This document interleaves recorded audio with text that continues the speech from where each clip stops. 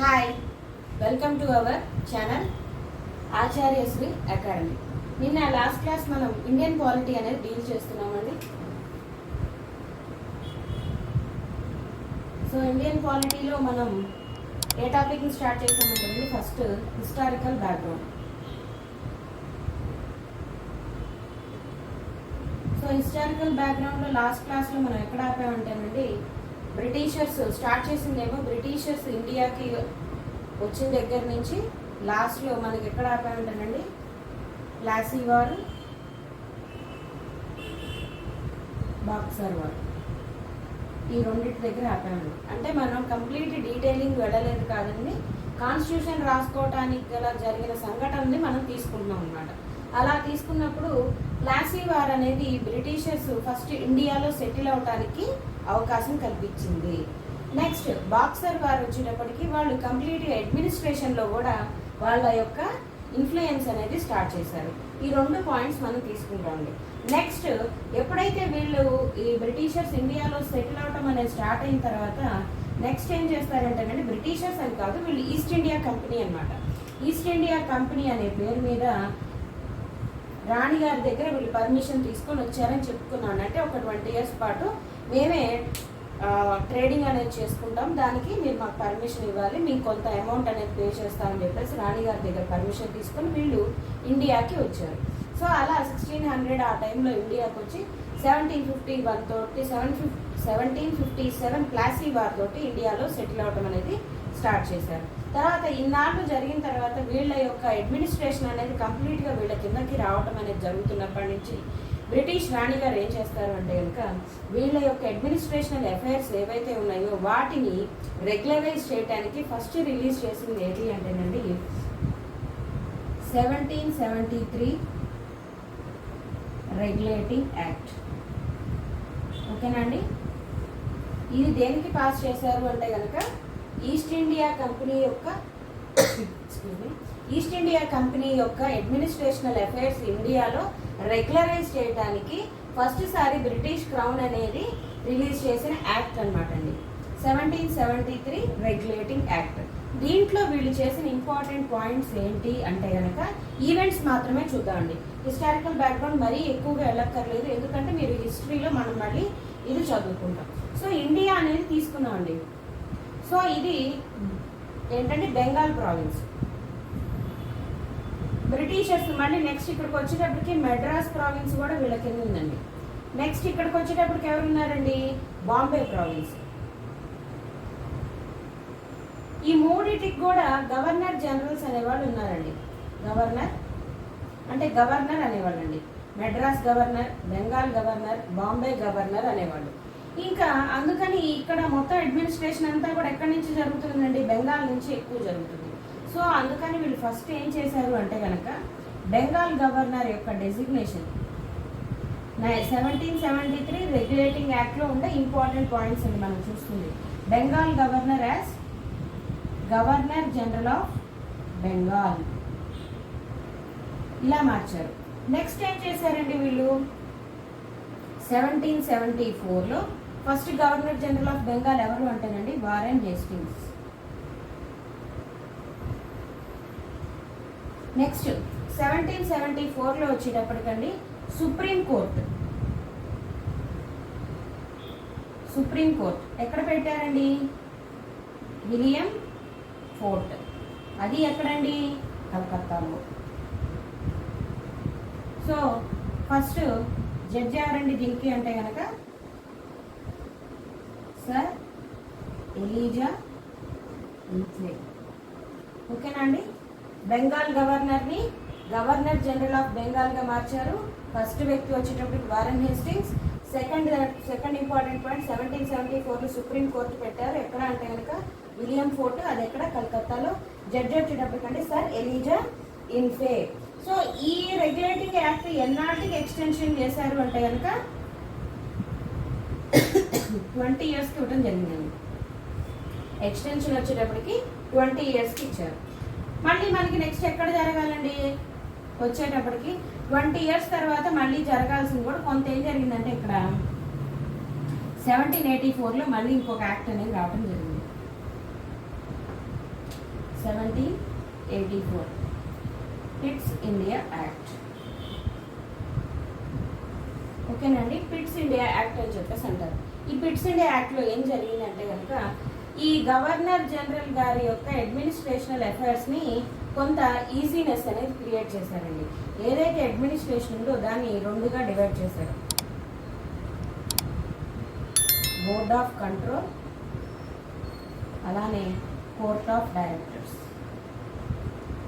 ఓకేనా అండి, ఈ రెండింటిగా డివైడ్ చేయడం జరిగిందండి. ఏంటి, బోర్డ్ ఆఫ్ కంట్రోల్ అలానే కోర్ట్ ఆఫ్ డైరెక్టర్స్గా మార్చారు. సో వీళ్ళంతా ఒక డెసిషన్స్ తీసుకోవటం, ఈ రెండింటి మీద ఏదైనా డిఫరెన్స్ వచ్చిందనుకోండి దానికి గవర్నర్ జనరల్ గారి డెసిషన్ అనేది సెకండ్ అవటం జరిగింది. సో ఫస్ట్ వచ్చేటప్పటికి 1773 తర్వాత ఆటోమేటిక్గా మీకు 1784 అనేది వచ్చిందండి ఇంకొక యాక్ట్. కానీ ప్రతిసారి 20 years ఎక్స్టెన్షనే జరిగిందండి. ఇప్పుడు నెక్స్ట్ అనేది ఇంకోటి చూద్దాం.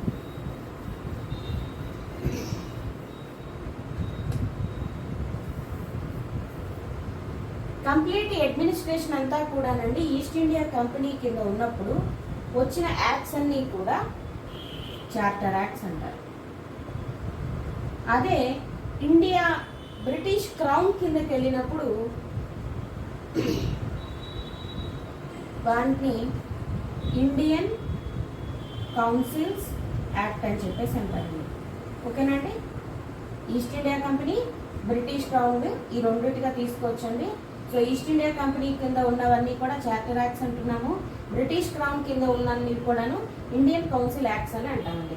సో ఫస్ట్ 1773 రెగ్యులేటింగ్ యాక్ట్, తర్వాత 84 పిట్స్ ఇండియా యాక్ట్ అయిన తర్వాత మనం ఇందాక చెప్పుకున్నాం కదండి, ఇక్కడ ఎగ్జాక్ట్లీ 20 years ఎక్స్టెన్షన్ ఇచ్చారు అని చెప్పేసి ఆ 20 years కన్సిడర్ చేసుకొని ఇక్కడ 1793 charter act.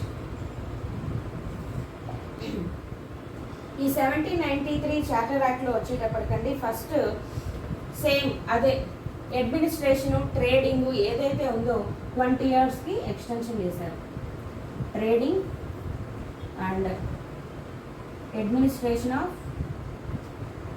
East India company for 20 years extension జరిగింది. 20 years ఎక్స్టెన్షన్ జరిగింది.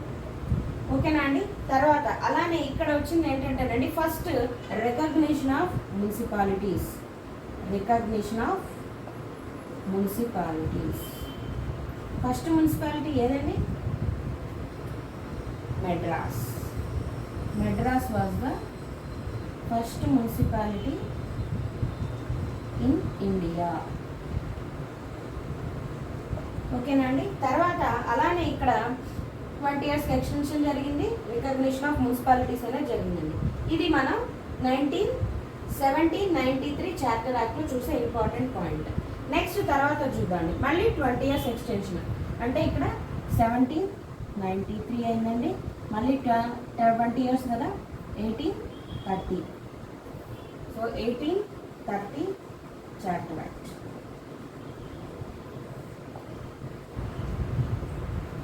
దీంట్లో జరిగిన ఇంపార్టెంట్ ఈవెంట్స్ ఏంటి అంటేనండి సేమ్ మళ్ళీ 20 years ఎక్స్టెన్షన్ జరిగింది.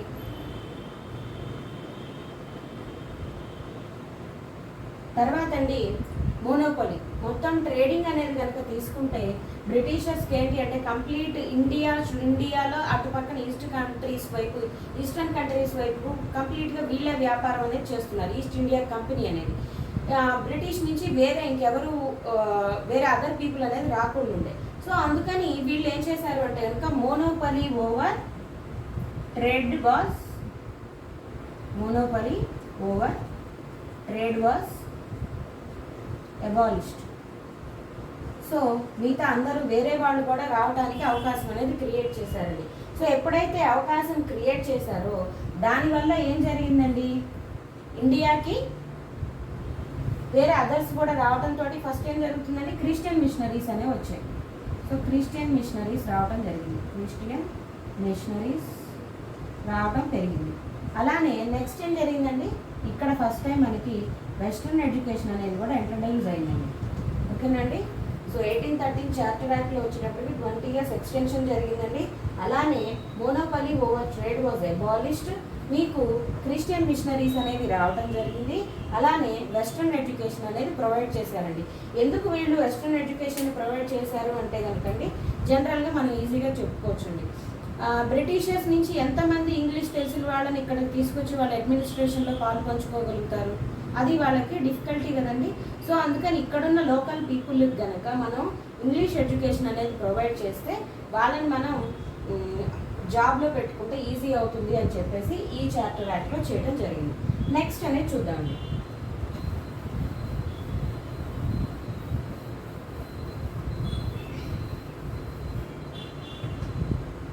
ఎయిటీన్ 1839 కదండి, మళ్ళీ ఇంకొక 20 years 1833 చార్టర్ యాక్ట్. ఈ చార్టర్ యాక్ట్లో ఏం చేశారు అంటేనండి, అప్పటిదాకా బెంగాల్ గవర్నర్ ఎవరైతే ఉన్నారోనండి, గవర్నర్ జనరల్ ఆఫ్ బెంగాల్ ఉన్నారు కదా, గవర్నర్ జనరల్ ఆఫ్ బెంగాల్, ఆయనకి డెసిగ్నేషన్ ఇచ్చారండి, ప్రమోషన్ కలిగింది. ఏమని ఇచ్చారు ఈయనకి? Governor general of India. ఓకేనండి, గవర్నర్ జనరల్ ఆఫ్ ఇండియా అని చెప్పేసి ఇచ్చారు. సో ఫస్ట్ వ్యక్తి ఎవరు అంటే కనుక విలియం బెంటిక్. ఓకేనండి, ఫస్ట్ వ్యక్తి ఎవరు అంటే కనుక విలియం బెంటిక్. 1833 చార్టర్ యాక్ట్లో గవర్నర్ జనరల్ ఆఫ్ బెంగాల్గా ఉన్న వ్యక్తిని designation March governor general of India అని ఇచ్చారండి. సో ఫస్ట్ వ్యక్తి ఎవరు అంటే కనుక విలియం బెంటిక్. తర్వాత నెక్స్ట్ ఏంటి అంటేనండి, దీంట్లో మనకు జరిగింది మేజర్గా సెయింట్ హెలీనా యాక్ట్ అని చెప్పేసి కూడా అంటారు. ఈ చట్టాన్ని ఇంకో పేరుతో ఏం పిలుస్తారంటే కనుక సెయింట్ హెలీనా చట్టం అని చెప్పేసి అంటారండి. నెక్స్ట్ దీంట్లో మనకి లా కమిషన్ అనేది ఒకటి ఫామ్ అవుతుందండి. లా కమిషన్ ఎవరండి లా కమిషన్ని పెట్టేది? Lord Macaulay. ఓకేనా అండి, లార్డ్ మెకలే. ఈ లార్డ్ మెకలే ఇచ్చినవేనండి మనకి ఏవండి, క్రిమినల్ ప్రొసీజర్స్, సిఆర్పిసి, అలానే ఇండియన్ పీనల్ కోడ్, ఆ తర్వాత ఇలాంటివన్నీ ఈయన యొక్క క్రిమినల్ ప్రొసీజర్స్ అనేవి దీంట్లో రావడం జరుగుతుంది. 1833 చార్టర్ యాక్ట్. ఓకేనా అండి.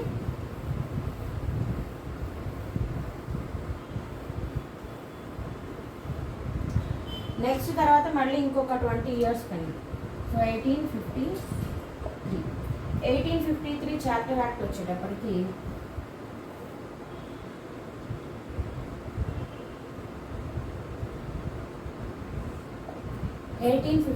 చార్టర్ యాక్ట్ వచ్చేటప్పటికండి దీంట్లో మనకి పార్లమెంటరీ సిస్టమ్ అనేది ఫస్ట్ ఇంట్రడక్షన్ జరుగుతుంది.